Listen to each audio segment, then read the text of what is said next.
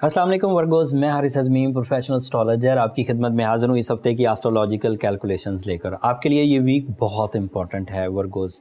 तफसील जब बयान करूँगा आपको अंदाज़ा हो जाएगा कि अल्लाह ताला की नेमतें कितनी खामोशी से आपकी ज़िंदगी में निखार ला रही हैं, कितनी खामोशी से आपकी सलाहियतों को निखार रही हैं, कितनी खामोशी से आपकी ज़िंदगी में सुख अपीयर हो रहे हैं।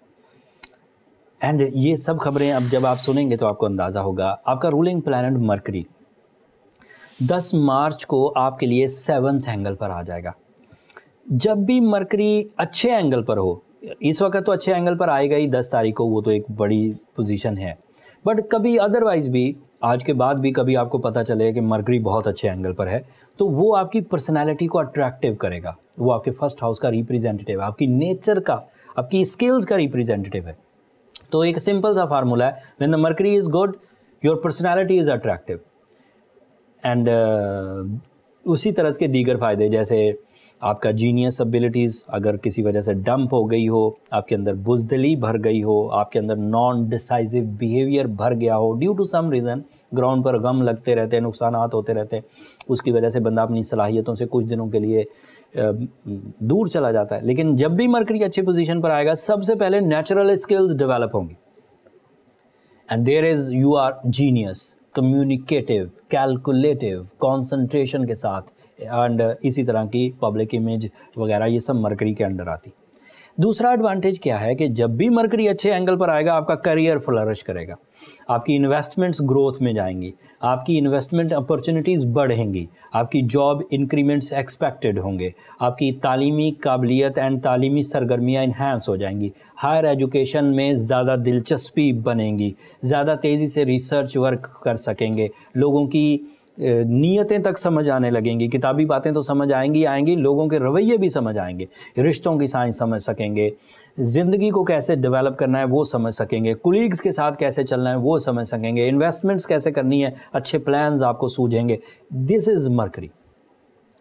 एंड आपके लिए वो सोलर सिस्टम में कहीं चमक के ख़त्म हो जाता है, आपको पता ही नहीं। ये खामोश नेमतें हैं अल्लाह ताला की तरफ से।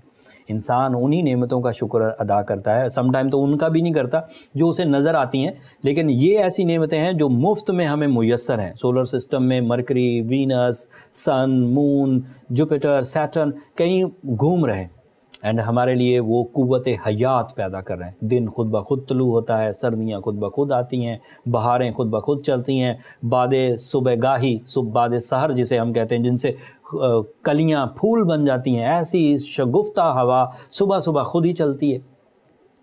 ये सब अल्लाह ताला की तरफ से ऐसी नेमतें जिनका कभी शुक्र नहीं अदा किया होता। लेकिन जब ये बातें सामने आती हैं, मैंने रब को एस्ट्रोलॉजी से ज़्यादा क्लोजली पाया।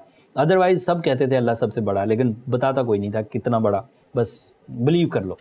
बट जब मैंने सोलर सिस्टम को समझा, जब मैंने solar positions and solar activities को देखा, तो वो ह्यूमन एबिलिटीज़ तो अभी थिंक ही नहीं कर सकती कि हम सूरज या चाँद को किसी तरह अपने मातहत चला लें। वो रब ताला की ताकत ही है कि वो चला रही है। अदरवाइज़ अगर वो 1 सेकंड आगे चला जाए या कुछ किलोमीटर ज़मीन के करीब आ जाए तो ज़मीन के ऊपर सारा टेम्परेचर बदल जाएगा। लेकिन अल्लाह ताला के फजल से जब से दुनिया बनी है, वो एक सर्टन पोजीशन पर एक सर्टन स्पीड से फ्रेंडली बिहेव कर रहा है और कभी भी अनफ्रेंडली नहीं होता। अगर वो अनफ्रेंडली हो तो ज़मीन पर कोई ऐसा गैजेट नहीं है, कोई ऐसी हुकूमत नहीं है जो उनके अनफ्रेंडली बिहेवियर्स को रद्द कर दे। बड़ी से बड़ी ताकतें अभी भी विल ऑफ गॉड कहकर चीज़ों को किनारा कश हो जाते हैं, मतलब वो कर कुछ नहीं सकते, सिर्फ रब से दुआ ही किया जा सकता है कि जो इस तरह के एस्ट्रोलॉजिकल इवेंट्स आते हैं, अगर वो फेवरेबल हैं तो अल्लाह का शुक्र है, अगर वो किसी वजह से नुकसानदेह हो जाएं तो भी हम दुआ ही कर सकते हैं और कुछ नहीं कर सकते।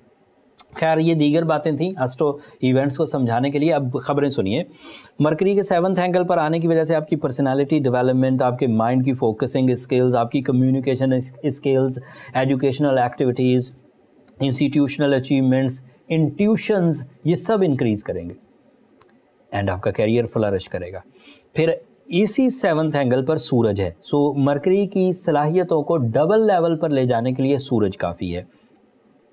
सूरज बजाते खुद अगर 7th एंगल पर हो तो वो आपकी बुरी आदतों को रिपेयर करेगा, आपके ख़िलाफ़ होने वाली साजिशों को ختم کرے گا, ختم کرنے کی صلاحیت رکھتا ہے, مطلب آپ کو سمجھ آ جائیں گی چیزیں. And your once the plant of love and care, یہ آپ کے 6 اینگل پر ہے, اس کی وجہ سے کولیگز کے ساتھ آپ کے تعلقات اچھے ہونا, آپ کا اپنا رومانٹک موڈ ہونا, بیوٹی لونگ نیچر ہونا, ٹیسٹ فل ہونا لائف کا, یہ پاسبل ہے. مارس آپ کے 6 اینگل پر ہے, that is your physical stamina, that is your organ performances, that is your investment in lands and agriculture and builders and real estate, یہ سب چیزیں مارس کے عوض آتی ہیں. جوپیٹر آپ کے 7 اینگل پر ہے, اس سیزن میں کی ہوئی شادی لکی ثابت ہوگی, سکسیسفل ثابت ہوگی, اس سیزن میں کی ہوئے بزنس پارٹنرشپ سکسیسفل ثابت ہوں گے. سیٹرن آپ کے 6 اینگل پر ہے, this is negative news. Saturn 6 angle پر نیگیٹو ہوتا ہے, اس کو اوور کم کرنے کے لیے آپ روبی پہن سکتے ہیں, اوپل پہن سکتے ہیں, بلو سفائر پہن سکتے ہیں. سیٹرن اگر سیویئرلی نیگیٹو ہے تو جو خبریں میں نے شارٹ ٹرم پلانٹس کے عوض سنائی ہیں وہ سب کی سب بیکار ہو سکتی ہیں.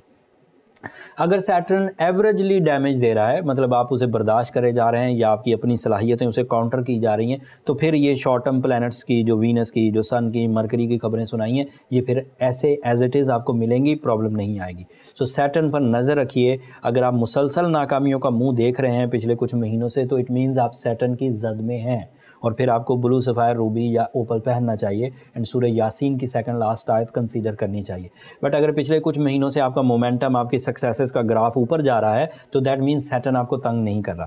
اور اگر وہ تنگ نہیں کر رہا تو پھر ایزی ہو جائیے, پھر جنرلی آپ روبی پہن سکتے ہیں چھوٹا سا, اینڈ ساتھ میں سورہ یاسین کی 2nd لاسٹ آیت پڑھ سکتے ہیں, پھر آپ کو پرابلمز نہیں آئیں گی.